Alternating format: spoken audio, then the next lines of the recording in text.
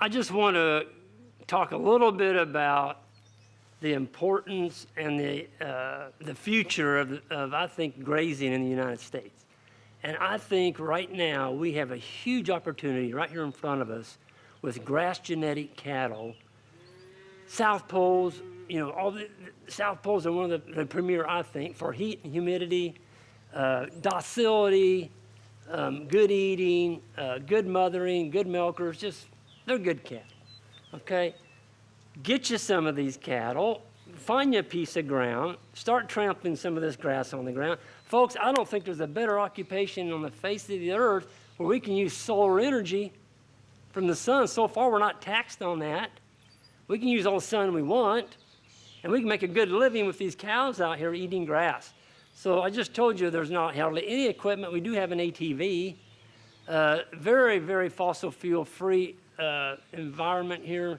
These cattle, they are my lawnmowers. People say, well, Greg, you don't mow your pasture. I'm like, no, we don't, but we got 340 little lawnmowers out here. They mow it. And so by the animals doing all the work for us, we're kind of the orchestra director.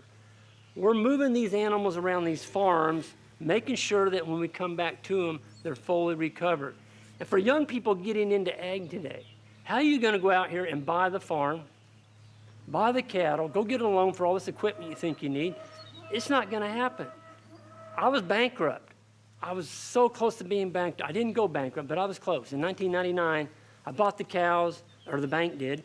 They bought the cows, the land, I had the equipment, and I was going broke, folks. And I read an article that said your sole purpose in life should be to control the land, not own it. And so I started on an endeavor of leasing land. Today we have 15 farms. We own 3 of those farms now. We're completely out of debt. All these cattle you see behind us, we own them. There's no debt on them. And that was because I focused on one thing, grass. Folks, as long as you put your inputs, your money, if you get a little nest egg together, buy some of those. It's hard to change. It's hard to change, but the change has started, and I want you all to be a part of it.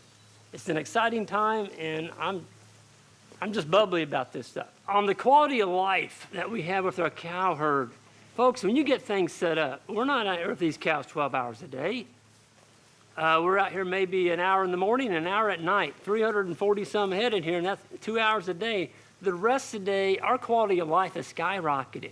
Once we put our herds together, I used to have 3 herds, and I was moving them twice a day, working 40 hours a week in town. I quit my town job in 2009. I didn't need it anymore. Doing very well with this cow herd.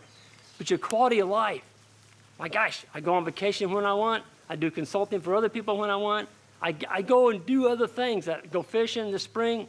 We had a guy here, he was a cow guy, coming to look at some bulls. I said, well, I'm going turkey hunting this morning.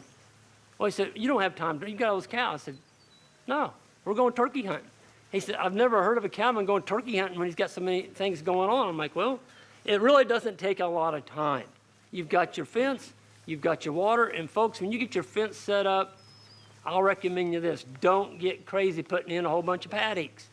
Get your farm fenced, get it split into a few places, water there. But the cows can walk back to water.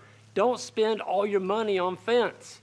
Spend it on these cattle. The cattle are the ones that pay you back. All this fancy equipment, there's my equipment behind me.